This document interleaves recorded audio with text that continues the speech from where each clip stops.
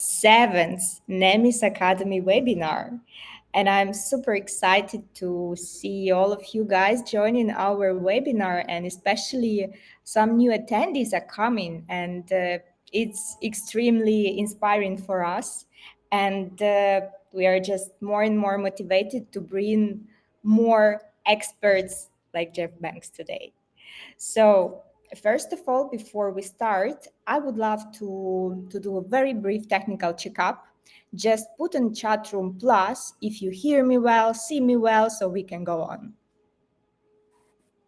Just plus, and that's it. Okay, perfect. Great. Great. So, our today's topic is very interesting. Actually, I was the one who could not wait to hear it, especially to host Dr. Jeff Banks in our live session, because this person is quite uncatchable. Today he's in England, yeah, and then after we'll travel to more other countries to visit more events and continue working in this crazy routine. And yeah, today's topic is about root cause analysis and recovery from microbiology incidents. And I'm happy to welcome Dr. Jeff Banks, our food quality and safety professional with more than 45 years of experience. And I just encourage you guys to be active during our live session and to type the questions if you have some, and I hope you will have a lot. Don't hesitate to type question in the chat room during the presentation so we can have a live conversation, because unfortunately our time is quite limited today, and we just want to cover as much as we can. So, Dr. Jeff Banks, are you ready? Sure. I give you microphone. Time is yours.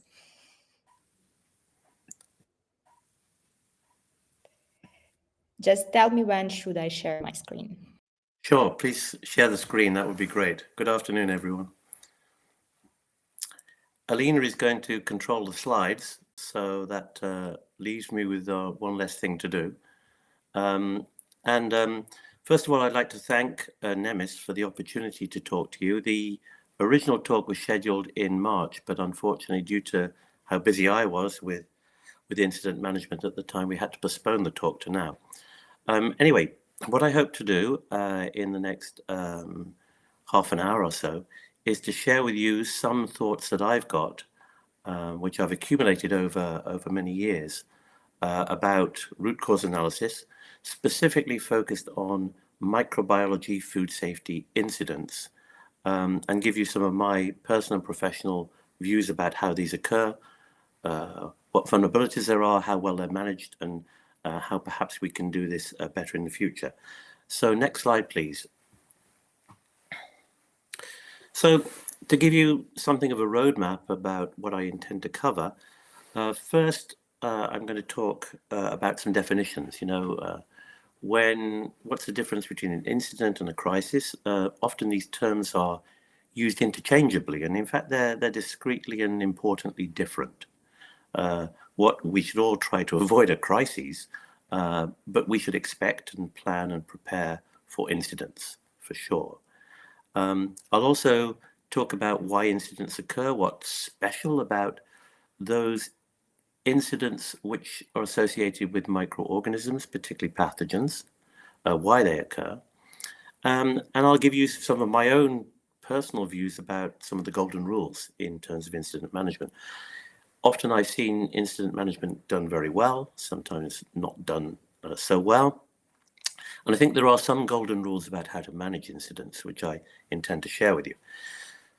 I'll talk about three particular case studies in a little bit of detail. Salmonella in chocolate, listeria in cooked meats, and E. coli in pizza. And maybe mention one or two other incidents that happened along the way, and hopefully give you enough time to ask questions at the end. So that's the roadmap. Next slide, please. But in case you're too busy today to listen to all of my talk, or you get bored, can we have the slide back up?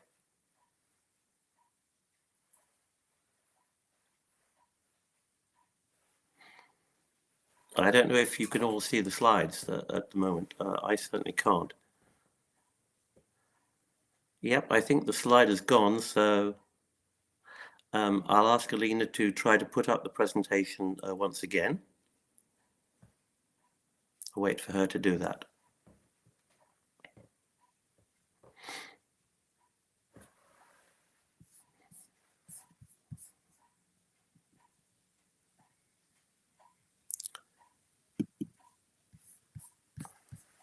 Just bear with us a moment. Okay, now everything is visible. We are here. No one disappeared, right? We can continue. Fine. Go ahead. Share the slide if you can. This is an example of how you should always expect the unexpected, I think. Yeah, so in case you can't stay to the end of the talk, these are some of my 4 takeaway comments that I would have from this presentation. First of all, what actually precipitates or what causes the incident, what triggers the incident? Often this has a profound impact on how effective that root cause analysis is. And this may not be immediately obvious to everybody, but this is my experience over many years, which is how that incident is called in the first place very much influences how effective the root cause analysis is done. And understanding that there's that influence is quite important. Number 2, especially in relation to microbiological investigations, we have to expect ambiguity. We have to expect that there will be errors. We have to deal with quite often poor quality, conflicting data, or even a lack of information. And this is extremely typical in a root cause analysis, and particularly in the initial phases of that root cause analysis. And often the incident management teams that best cope with incidents are those that can manage ambiguity. And it's important when you think of your composition of your incident management team to recognize that those who can help most in those teams are those who can deal with ambiguity. The third comment I would make, and maybe as a consultant you would expect me to make this comment, is that quite often local internal technical resources are insufficient to actually cope with a particular root cause analysis. Often the information and the views are quite biased, and sometimes the team actually lacks the capabilities to actually run a proper, thorough, comprehensive root cause analysis. And the first point, often companies call me in and they say, wow, we didn't expect this. This is shocking. This is new. This was unexpected. No, truly, nothing is really new. And we often ignore or we miss the warning signs that lead up to particular contamination issues or incidents. And it's because those warning signs were not recognized or they were ignored that we actually have crises or incidents. Next slide, please. Some more definitions. Well, for crisis, as I said, these should be avoided at all costs. These are, by definition, unusual, they're unstable, complicated situations, and they absolutely can threaten businesses, brands, businesses, the actual existence of a food business. And there are some quite notable examples of where food businesses have gone out of business as a result of a microbiology crisis, recall, and outbreak.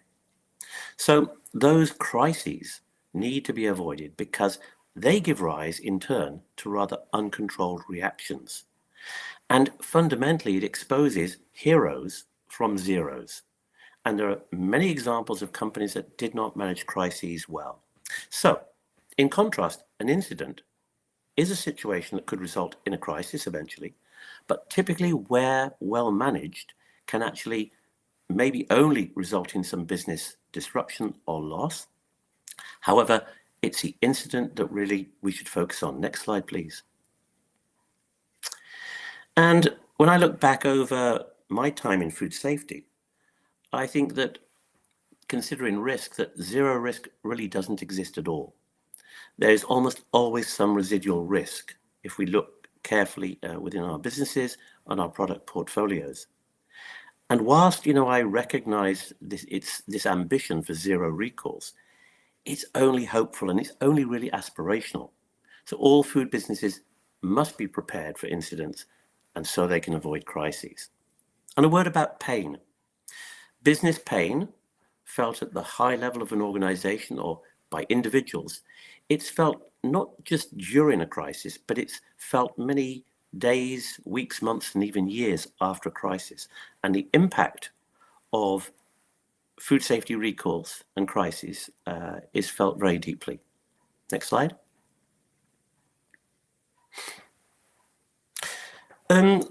Why do products get recalled? It could be for any one of a number of reasons. Typically these days, there is a link which is suggested between a food product or a food production plant with certain small number even of clinical cases in the population of illness. And that is becoming increasingly the way in which incidents are called.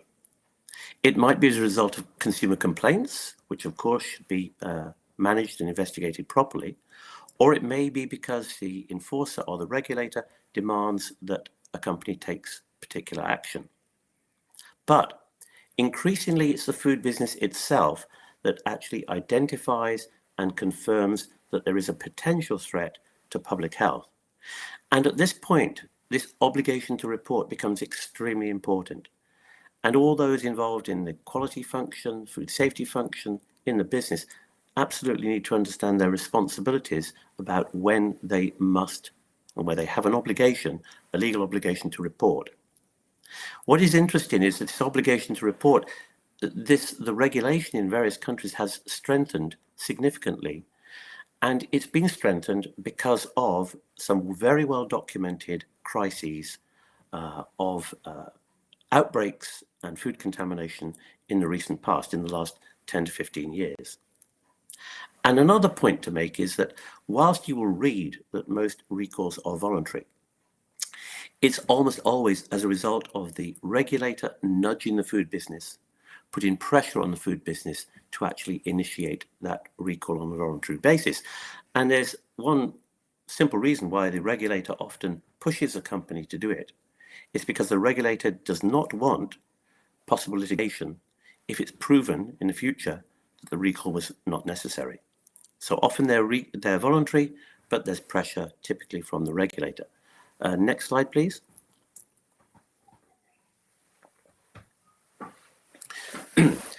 One of my reflections is that when I go in and help a company, often the immediate cause of the contamination has been or can be really quite quickly figured out and ascertained. And often that immediate cause and the subsequent corrective action is done, but typically it's only a temporary fix. And my experience tells me that if the root cause is not properly established, very typically a recurrence or an escalation is the result. And this is where it's so sad, because we can learn from other companies' mistakes and from warning signs within our own companies. And we could, in fact, anticipate and I think prevent outbreaks and recalls and crises. The fact that there are so many examples of when that doesn't happen shows us that our root cause investigations often are not well done, not comprehensive, not proper. And 3 examples might be those at the bottom of the slide. A salmonella incident that happened in chocolate not so long ago, which initially was blamed on contaminated ingredient, the cocoa liquor, the cocoa mass, whereas the environmental contamination in the factory was blissfully ignored or considered to be unimportant. That was incorrect. Another example would be the listeria incident in cooked meat, which I'll talk about in much more detail in a moment, which is initially blamed on poor hygiene, but fundamentally it was a problem of poor hygienic design of a particular piece of equipment and its operation. And last, E. coli in pizza, which caused really quite a serious outbreak in France recently. Initially, the communications expert from the business blamed it on consumers not cooking the pizza. I mean, how crazy is that to communicate that at the start of an incident? Next slide, please.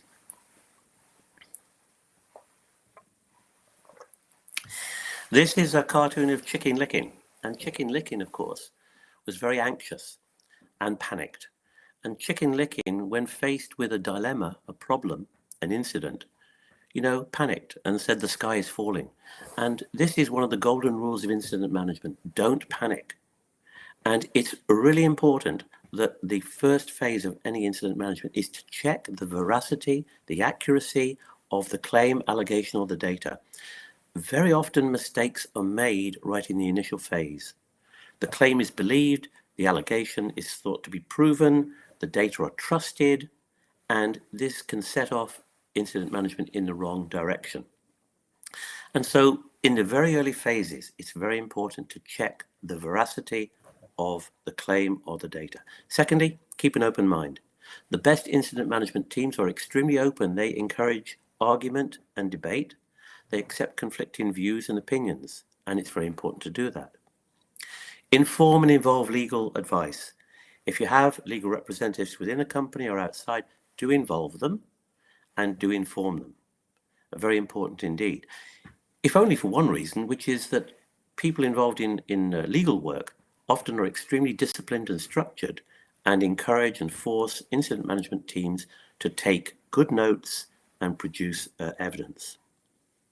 The activation of the incident management process is important.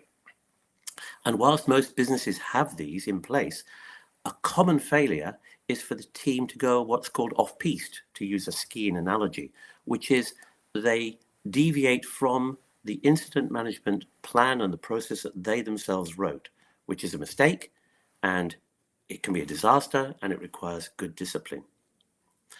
Also key is communication. And this is both internal communication and external communication to media, to the regulator, and to the enforcer. And it's really important in incident management to at least attempt to own the narrative and to not be surprised, to anticipate and plan for and not be constantly surprised as you go through the process of managing a particular incident. Next slide, please. A note about communication. Speak the truth. If a business or an individual doesn't know something, they should say so. They should not make it up or try to wing it. And it's important never to leave this communication vacuum, because we see, and there are many examples of where misinformation fills that vacuum with speculation and noise, which only distracts the business from what they're doing, which should be to manage and solve the incident or the crisis. And leaders in businesses need to be sincere, concerned, and credible. Food safety is based on trust between the food manufacturer and the consumer. And communicate what you're doing and promise to update and keep to your promises. And my personal opinion is it's important to escalate internally quite fast, because you can always de-escalate in a controlled fashion. Why is it that we have so many recalls on a Friday afternoon all around the world? I'll tell you why. It's because in food businesses at a local level, there was not fast enough internal escalation, discussion, decisions made early in the week. No, people prevaricate. People don't want to admit that there's a problem, and they hide things. And it's only towards the end of the week they realize they don't want to be sitting on this problem over the whole of the weekend and blamed for an untimely reaction. And so what happens is it's escalated towards the end of the week. The business has to make a decision, and sometimes that is to inform the authorities. And that's why we have a lot of recalls at the very end of the week. Communication errors often are made early in an incident. They're easy to make. We all make mistakes, but they're really hard to resolve. Next slide, please. So what's special about microbiology incidents? Well, I've thought long and hard about this. And I think in contrast to where you've got a chemical contaminant, which can be quantified, in microbiology, it's seldom binary. And the facts are often uncertain. And this is in the very nature of biology, of variation. Therefore, ambiguity is high. The information, the results we get from the laboratory, they can change during the actual investigation of an incident. Time is the enemy, but microorganisms need to take time to divide, to become detectable, to express certain characteristics, to be identified and characterized. And time is the enemy, and everybody wants answers during an incident or a crisis. And the other thing I've learned about microbiology is that even faced with data from laboratories, eventually it comes down to a risk assessment. And risk assessment is done by experts, and therefore judgment is exercised. So you better make sure you've got the right experts who have expertise and experience, because quite often final decisions are based on judgment. And another and last point about microbiology laboratories is that they're like miniature factories. They rely on the human factor. They rely on people. They rely on skill. They are not immune from error, from mistakes. And we should always question in a professional way whether the laboratory is certain about their data, whether there could have been cross-contamination or a miscommunication. And so trust the data, but always question and be sure of the quality of that data. Next slide, please. The process is important to follow, and one of the most important things to do is to establish a timeline. Often people look back retrospectively and create a really nice timeline for the events leading up to a particular microbiological contamination. That's great. But I think in incident management, one needs to go further. It's not just to establish the retrospective timeline, there should be a prospective timeline as well. And what I mean by that is that all of the tests that you're calling for, the extra tests and the environmental tests or product tests, these ought to be anticipated as to when the data from those experiments, those tests, will come into the incident management team. So being prospective in a time matrix is incredibly important, so you know when to call your meetings, what decisions you are likely to make based on the data that you receive. And I think in microbiology, more than in any other incident, the word presumptive really needs to be well understood within the business. Presumptive does not mean confirmed. Presumptive means we think it might be a problem. And all too often now, businesses get a rush of blood to the head and they react to presumptive data. And this means that the decisions are not necessarily well made, or they're made on incomplete data. And the last point, I think, in terms of root cause analysis is that in very large and very complex root cause analysis involving multiple sites or countries or markets, it's very important to divide up the work and assign responsibility to different tracks of work for people to actually report back to that incident management team. Last but not least, in microbiology, always consider the uncertainty that you may have in your data. Next slide. I don't really want to say too much in this slide. Clearly, a crisis can demonstrate how powerful and how well run an organization is. Unfortunately, in relation to food crises, often it exposes problems, lack of capability in top management and leadership teams, and after a very serious crisis, the organization itself really doesn't come out unscathed. It comes out differently.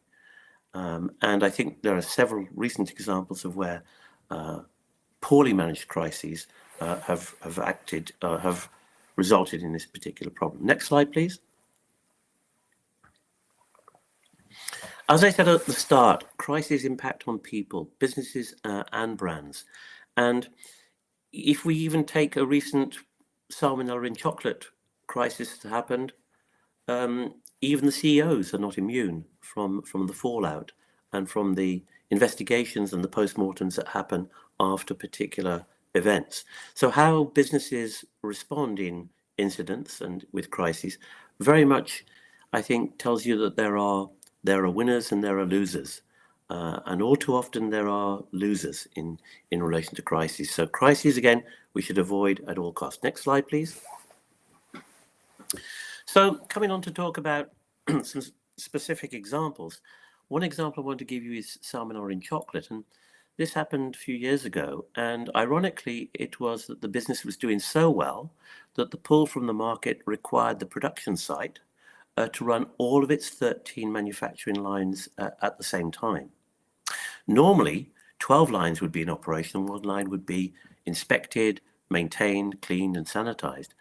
But the pull from the market was so huge that the maintenance and the cleaning was neglected, and all of the parallel lines were running at full capacity. This really was the last straw that broke the camel's back, because at that same production site, environmental salmonellas had been found, in fact, for 7 years, every year, leading up to that particular outbreak and that recall in 2006. The immediate cause was quickly established. There was some cleaning water inside the factory that dripped from a drain into the dry ingredient of the chocolate. And when that was fixed, the business thought that they'd solved the problem, that they'd done the root cause. Of course, this was not the root cause at all. The question should have been, well, why was that water in the factory contaminated with salmonella? The fact is that that water was coming from a river. The water was extracted from the river and used without treatment in the factory. And what was also notable between 1999 and 2006 was it was always the exact same strain of salmonella that appeared in the environment and even in the chocolate. And the DNA signature gave clues about its origin. And I'll come on to that in a moment. Next slide, please. The lesson in that was to really understand the microbiology of the production environment, not to ignore warning signs, not to consider that environmental positives for salmonella in a chocolate factory were acceptable, they're not, and to investigate, get to root cause.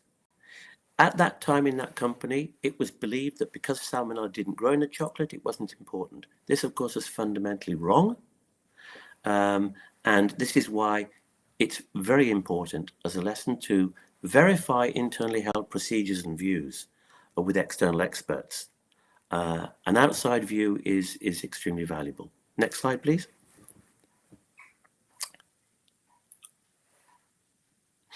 So, turning to listeria, the world's deadliest outbreak, which occurred in 2017-2018, really brought to mind what Churchill said, which is those who fail to learn from history are condemned to repeat it. This was an avoidable outbreak, avoidable contamination.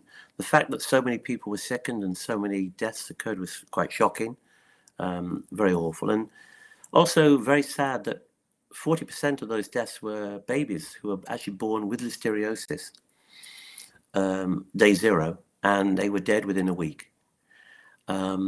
And a shocking outbreak, and I helped in the root cause investigation of that, and it was attributed to a hypervirulent strain of sequence type 6. Next slide, please.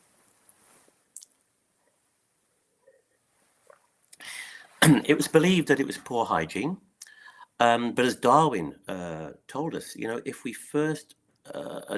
we admit a first cause, the mind still craves to know whence it came and how it arose. In modern speak, that means, you know, you should be curious. You should not go for the easy connection. You should look very deeply into why it was that the outside casings of this particular polony, why were the outside casings always contaminated with a particular strain of Listeria monocytogenes? Be curious. What actually happened in that particular contamination was that the chiller, the brine chiller that you see here on the left of the slide, this brine chiller was used to chill down, to refrigerate the sausages which had been pasteurized. And inside that brine chiller, there were some hygienic design faults, as you see in the middle slide. These allowed for Listeria to persist in that equipment and to grow in that brine at low temperature to extremely high levels. And as those sausages passed through that brine chilling step, so they became contaminated with Listeria monocytogenes. Some got into the polony itself, others were on the outside, but it caused this massive outbreak. Next slide, please. The lesson here was, you know, poor risk assessment for sure. You know, a lack of consideration of many previous outbreaks involving very similar types of meat. A lack of reaction to environmental positives. the L mono was found in the environment on equipment, but there was no good reaction to that. Failings in cleaning and sanitation, equipment design, and then more fundamentally at a business level, lack of transparency, poor crisis management, a very slow recovery in that particular business. And not only that factory was eventually shut, but the entire meat division was disposed of. Huge financial costs, reputation costs and damage, and the resignation of the CEO. Next slide, please. Others will remember in Europe we had an outbreak involving 12 deaths, coincidentally also associated with Listeria monocytogenes sequence type 6, but a different strain from the South African one. But it happened almost immediately after the outbreak in South Africa. And by chance, in France, some routine testing of frozen peas and corn produced a match on the database with this strain, which was causing a disease in several European countries. And the testing showed that there was a very low level of Listeria monocytogenes of a particular type in frozen peas and corn. Quite quickly, one factory in Hungary was identified as the source, and this factory was part of a group structure, and it supplied 12 other factories across Europe. When the recall was done in August 2018, there was an extremely comprehensive root cause analysis done, remedial work and corrective and preventative actions. And amazingly, that plant started again under special measures on the 13th of September in the same year. Eventually, this was a good recovery for the business. Next slide, please. And I think it speaks to how the vulnerabilities were identified and how the initial root cause, which was wrong, which blamed underblanching of the sweet corn, how with a professional investigation you really could get to the root cause and the sources of vulnerability in that particular product. What we found was that drainage and conveyance belts were contaminated, but particularly the individually quick frozen, the IQF freezer, was re-inoculating the product with a particular strain of Listeria monocytogenes, which was deep-seated and persistent in the freezer itself. The company reacted well to this and de-risked its other plants, learning from the vulnerabilities in the Hungary plant. And today, the plant in Hungary, in my opinion, operates best-in-class quality, with producing excellent quality and in-specification products. So recovery after incidents absolutely is possible. Next slide, please. E. coli in pizza. Really quite a shocking outbreak and a shocking situation. Happened in France. This was a ready-to-cook product, frozen, resulting very sadly in the death of 2 children, but equally sadly, another 10 children who will never be able to live a normal life, who will require kidney dialysis or kidney transplants at some time in the future. Quite shocking. The authorities questioned the hygiene in the plant, questioned the occurrence of E. coli in the flour that was used to make the pizza dough. But I think there probably will be additional questions about the product design and the cooking instructions for the consumer. Was the cooking validation sufficient? For sure, there was very poor crisis communication at the time, a lack of transparency, and really there was no recovery for this particular part of the business. Next slide, please.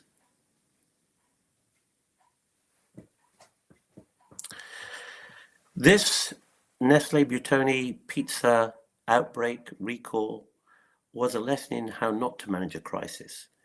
It really required the company to look at its critical ingredients. It required the company to look at and react to environmental positives, to maintain a clean and hygienic plant, to do proper cooking validations. Others will decide and judge whether, in fact, the company did that or not, because this is still sub judice.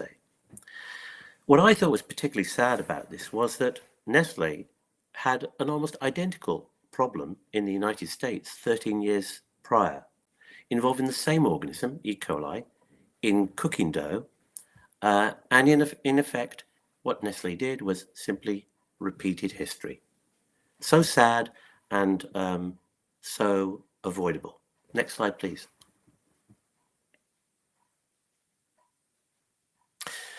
The question I often ask people in the food business is, does anybody remember Snowbrand? And the answer that comes back, who? Snowbrand? Who are they? And the reason why nobody remembers Snowbrand anymore is they had one hygiene problem in a factory in Osaka, in a CIP line. Staphylococcus aureus was allowed to grow. It produced toxin. It impacted thousands of people in the milk powder. But the company failed to respond to the environmental positives. It covered up the failures, and the root cause investigation, really was unworthy of a food business. In that particular case, the reason why nobody remembers Snowbrand is that the confidence in the business collapsed. Not just the Osaka factory, but other factories closed. Massive cost to the business, and the business was eventually taken over. So that's why nobody remembers Snowbrand. Next slide, please. So I'll just summarize by saying that in my experience, often the first idea in a root cause analysis is often wrong. And that's okay.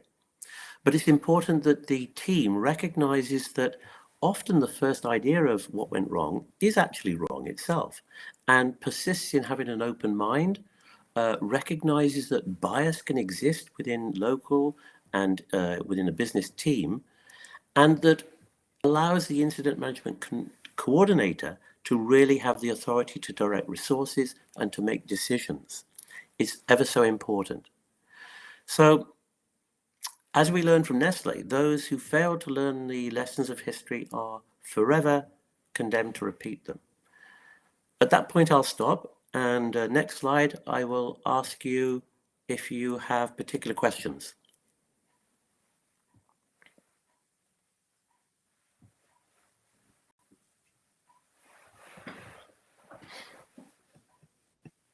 Thank you, Jeff, for such very informative speech. For me, it was really very interesting to listen. I bet that for our attendees as well. And I see that we have already some questions here. So if you don't mind, I will start already reading it because we are quite tight with the time. So the first question from Thorsten Hecht: what is known about the yeast extract issue? Right. Well, I'll try to, thank you very much for the question, Thorsten. I believe you're probably referring to an incident that happened some years ago, which affected the snack food industry, companies that were making salty and savory snacks. And that, it was a salmonella issue, if it's the one I think you're talking about, involving a serotype called Salmonella Manchester. And the company involved at that time was called Quest International, which is part of the Unilever Group. And what had happened there was that the yeast, which was a byproduct of the fermentation industry, the wet yeast was roller dried, but during the roller drying process, the yeast extract was recontaminated with environmental Salmonella Manchester from the environment around where the product was being dried. That yeast extract, or autolyzed yeast extract, was then used as a carrier for herbs and spices that was used all over the snacking industry at the time. The Salmonella, it was shown later, the Salmonella Manchester actually came from rats, from rodents, which were living in the canal, which was adjacent to the particular factory. So a number of risks involving, pest control, access to the factory, contamination of the environment of a factory, mistakes made in terms of thinking that roller drying was a particularly effective and lethal part of the process, and of course fundamentally in a failure to protect the processed, the dried product. As we know, salmonella doesn't grow in a autolyzed yeast powder. However, it doesn't die. And I think with a lot of low moisture food products, sometimes we have to remind ourselves that in fact, even though a pathogen does not grow in a particular ingredient or product, does not mean to say it's not still a problem. Thank you very much for answer, Jeff. The next question was from Thin. Is Nestle the story you once shared on LinkedIn? I think it probably is. I mean, look, Nestle is the world's biggest food company, and you could say statistically they're going to have proportionately more issues to manage, more incidents to manage, and crises to avoid than maybe any other company. The way I look at it is this: I'm a food safety professional, and I think that if you are in the food business and you consider yourself a leader in the food business, maybe by virtue of your size and your scale and so on, if you consider yourself to be a leader, you should act like a leader. And that means in taking all reasonable precautions in design quality, make quality, and deliver quality and food safety. Food safety is non-negotiable in my mind. If the food isn't safe, it should never be put into the market.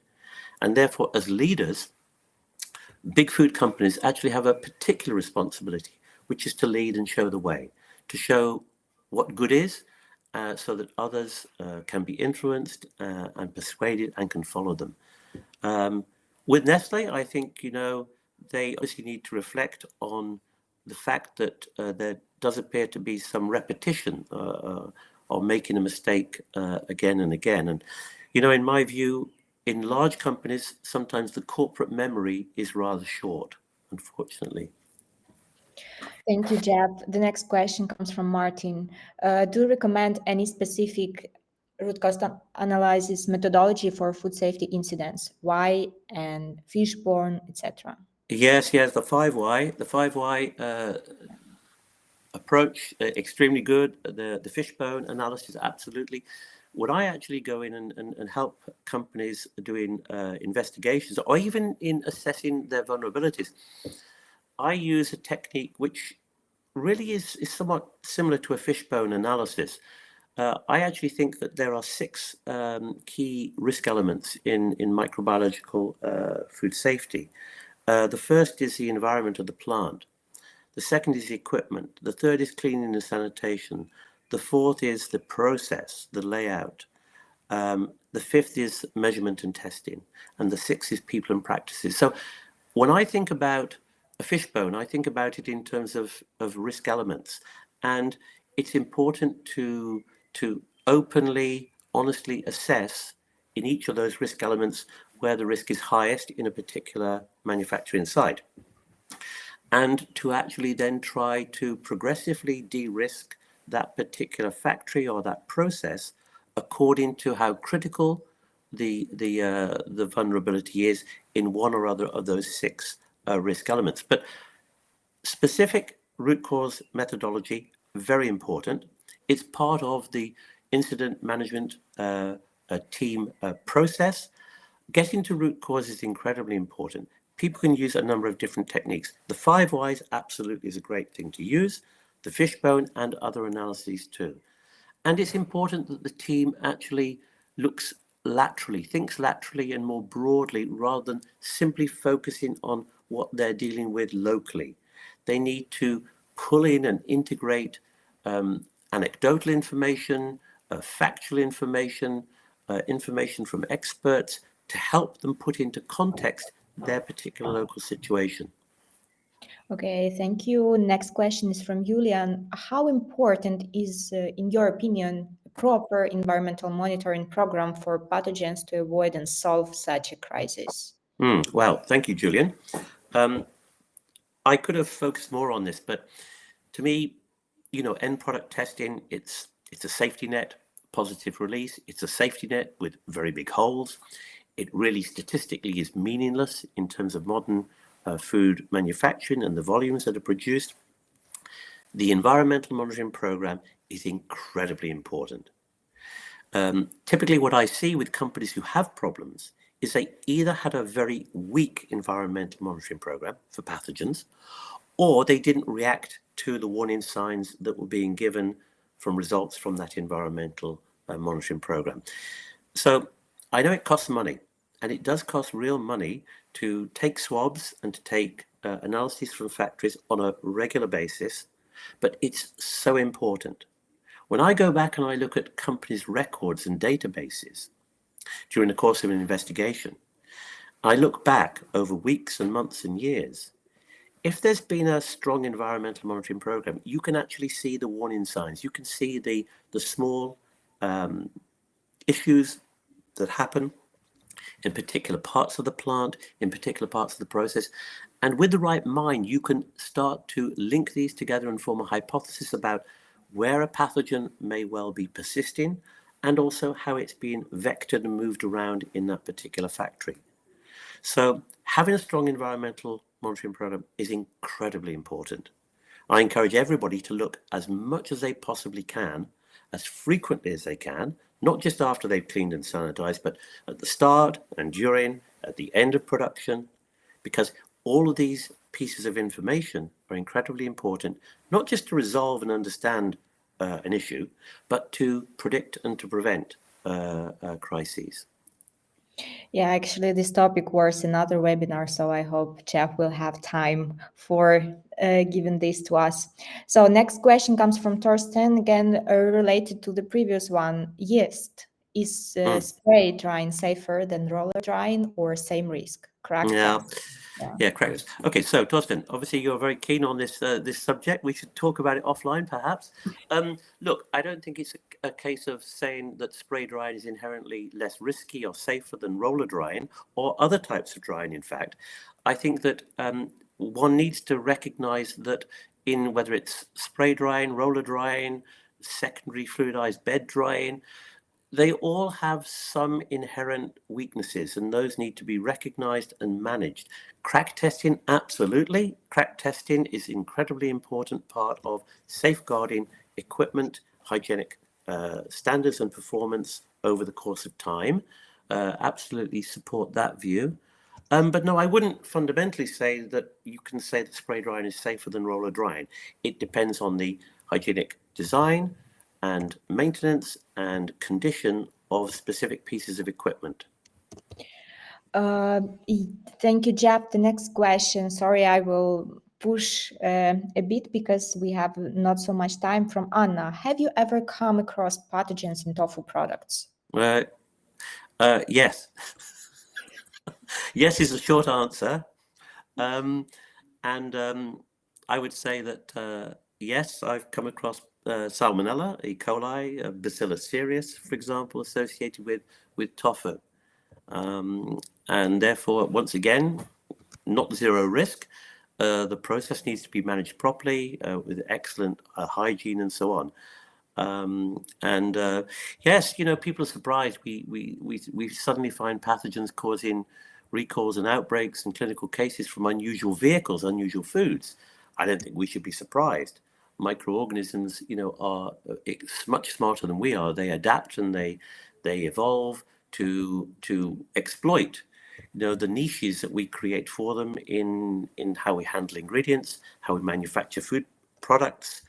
And so, yes, we should not be surprised if we find pathogens in maybe unusual ingredients or food products. And yeah, thank you for the nice presentation. Oh, that's the important one. Thank you. Yeah, and Torsten today, one of the most active and curious visitors. So does it make sense to make typization of environmental Enterobacteriaceae in spices they occur naturally? Okay, so the few things there. First of all, what has revolutionized, I think, incident management and what has revolutionized food safety in the last 10, 15 years has been the ability of the health authorities to subtype pathogens. In other words, not just to identify a particular pathogen, the salmonella or listeria monocytogenes or E. coli, but to actually subtype it and genetically characterize that particular pathogen. And the same is true for other microorganisms. inherent in this idea of understanding the microbiology in your own factory and in your products, it's really important to not just understand the types of pathogens that you might have there, whether you've got a persistent type or a transient type that comes in with an ingredient and goes out, and also to understand the other microorganisms, as he refers to them as environmental Enterobacteriaceae. It's important to understand what you've got. And in relation to the particular question about spices, yes, of course, in spices, you can get Enterobacteriaceae really at quite high levels because of the nature of the ingredients, how they're grown and harvested, how they're stored. And that's why, of course, establishing standards, numerical standards for Enterobacteriaceae in dried spices is really quite difficult to do.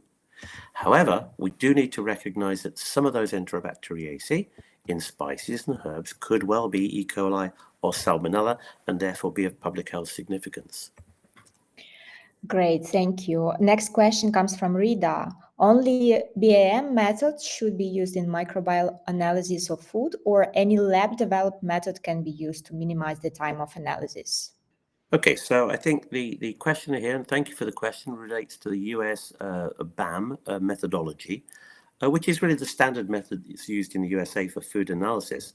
More broadly around the world, it might be, you could rephrase this as, should only ISO methods, international standard methods, reference methods be used? My view is that other methods are perfectly acceptable so long as they are broadly equivalent to those BAM or ISO methods. I think that food businesses have a responsibility to use whatever methods have value and utility. And sometimes those are not going to be standard reference methods because of, let's say, the very short shelf life of those products. If you applied an ISO or a BAM method, you would have shipped the product 3 or 4 days before you got the result. So clearly, there's a disconnect between only using standard reference methods in environmental analysis or in product testing. So I would say whatever method works, and so long as it can be broadly equivalent to international standard methods. Thank you, Jeff. Next question from Gilberto. How to engage other departments more focused on costs and efficiency? How to maximize quality culture? Yeah, well, there wasn't really time to talk about quality culture today, but it's incredibly important. The leadership in any organization pretty much defines how people behave. People copy the leader. People emulate the people above them in a structural hierarchy. So if the leader does not exhibit a care and a consideration and prioritize food safety and quality, you can't expect anybody else in the business to do it either. The first time a top leader or senior management individual walks past the hand basin and doesn't wash their hands, you pretty much have lost the trust and the buy-in of everybody in that factory. So it's incredibly important to engage all functions in relation to quality. And when I ask the question of businesses, who's responsible for quality, sometimes you get the really dumb answer, which is, the quality function's responsible for quality. No, I don't think so. Everybody is responsible for quality, and there's quality and excellence that should be demanded in every function. That's from procurement to operations to supply chain to even in sales and marketing, as well as in quality. So everybody is responsible, and actually engaging other departments to show them how they are an integral part of maintaining quality products, right first time, exceeding customer expectations, minimizing risk to the business. Engaging other functions is incredibly important if we are to establish a true, strong quality and food safety culture. So best of luck, Gilberto. There are obviously a number of ways in which one can do that really quite powerfully within a company. Yeah, thank you, Jeff. Let's try to cover last 2 questions within the next 5 minutes. Are there any guidance documents you can recommend for determining appropriate limits for environmental monitoring results? Yes, that's coming from Charlotte. Thank you, Charlotte. Sure. There are. Sometimes these are not easily accessible or well known. They can be really quite specific, and correctly so. They're quite specific to the particular type of technology used to make a food product. So, wet from dry, depending on the technology being used. So the guidance documents really are quite segment specific, and they're specific to the technology and the process that's been given. What I would suggest is maybe offline we can follow up on that particular one, and I can suggest some particular guidance documents depending on the specific food process that's being used there. Thank you, Jeff. Last question from Lalita. Your recommendation for indicator organism which can be used in validation for different pathogens? Yeah, well, I'm a strong believer in looking for warning signs and indicators of potential issues. And undoubtedly, in some situations, for example, Enterobacteriaceae are a really very good hygiene indicator, which might suggest the possible presence of E. coli and or salmonella, or even Enterobacter or Chronobacter sakazaki. So there are certain indicators which have been proven over many years to be really important to monitor and even to quantify in particular parts of the environment, because they can give an early warning that the conditions there may well be appropriate also for a pathogen. However, I would just say that with indicator organisms, you have to be careful not just to look for the indicators. You also should look directly for the pathogen as well, because one without the other is really not the basis of a comprehensive environmental monitoring program. Thank you very much, Jeff, and thank you everyone for such actively interactive session. And I encourage you to share your questions if you have more, and I'm pretty sure you have more, to our info@nemistech.academy. So, and thank you all. We had really cool session today, and I invite you for our next session which will be on 23rd of April with Bill Marler. So I'm pretty sure it will be also a very cool session for you to ask questions and to learn something new and exciting. Thank you, Jeff. Thank you, everyone. You will get recordings with the follow-up email, and then after it will be published to our LinkedIn profile as well as to YouTube. Have a nice day, everyone, and bye.